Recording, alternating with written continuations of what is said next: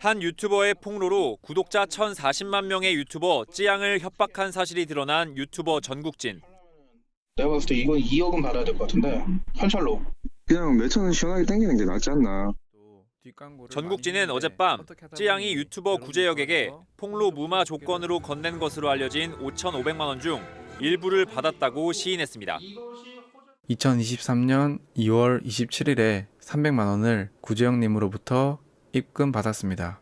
찌양님이 그렇게 심각한 피해를 입은 피해자인 건 정말 몰랐습니다. 유튜브 측이 찌양 협박에 가담한 의혹을 받는 구제혁과 전국진, 카라큘라 등의 수익 창출을 막아버리자 돌연 혐의를 인정한 겁니다. 마찬가지로 구제혁과 찌양 관련해 이야기를 나눈 녹취가 공개돼 비판을 받은 카라큘라 역시 사과의 뜻을 밝혔습니다. 전후 사정을 살피지 않고 그저 모자란 생각과 가벼운 언행으로 찌양님께 상처를 드리게 된 점 다시 한번 진심으로 사과드립니다. 그러면서 자신은 찌양을 협박한 사실이 없다며 고소 대상에 포함되지 않는다고 덧붙였습니다. 구제혁과 전국진 등 4명을 고소한 찌양 측은 향후 공갈에 가담한 사람이 더 드러날 경우 추가 고소도 검토하겠다고 밝혔습니다. 유튜브가 찌양을 협박한 의혹을 받는 사이버 레카 유튜버들의 수익화를 중지했습니다. 이들 유튜버들은 자신들의 채널을 통해 돈을 벌 수 없습니다. 유튜브 측은 일부 유튜버들이 플랫폼 밖에서 커뮤니티에 해가 되는 행동으로 크리에이터의 책임에 관한 정책을 위반했다고 밝혔습니다. 유튜브 정책에는 커뮤니티 가이드 또는 서비스 약관을 반복적으로 위반하는 채널 또는 계정은 폐쇄될 수 있다고 명시하고 있습니다.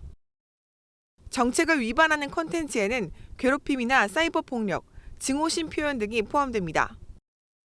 이원석 검찰총장도 악성 콘텐츠 유포 사범에 대한 구속 수사 등 엄정 대응을 지시했습니다. 이 총장은 수익 창출을 위해 의도적으로 허위 콘텐츠를 게시한 경우, 지속적 반복적으로 범행한 경우, 콘텐츠 비공개 등을 빌미로 한 협박 공갈 등이 확인된 경우 적극적으로 구속 수사하라고 일선 검찰청에 지시했습니다.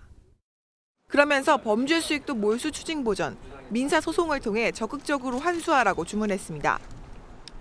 한편 검찰은 어제 검찰에 자진 출두한 구제혁과 관련한 사건 총 7건을 수사하고 있습니다. 유튜버 찌양을 협박해 수천만 원을 뜯어냈다는 의혹을 받는 유튜버 구제혁. 검찰청에 자진 출두한 구제혁은 다른 유튜버들이 찌양의 과거에 대한 폭로를 하는 것을 막기 위한 용역비를 받은 것이란 기존 주장을 되풀이했습니다. 저는 찌양님에게 공갈 협박을 한 사실이 없습니다. 그에 대한 내용은 제가 영상을 통해 공개한 음성 녹취와 오늘 검찰에 제출할 저의 핸드폰에 점개 담겨 있으며 검찰과 미리 조율되지 않은 출석이라 구제혁에 대한 조사는 이루어지지 않았습니다.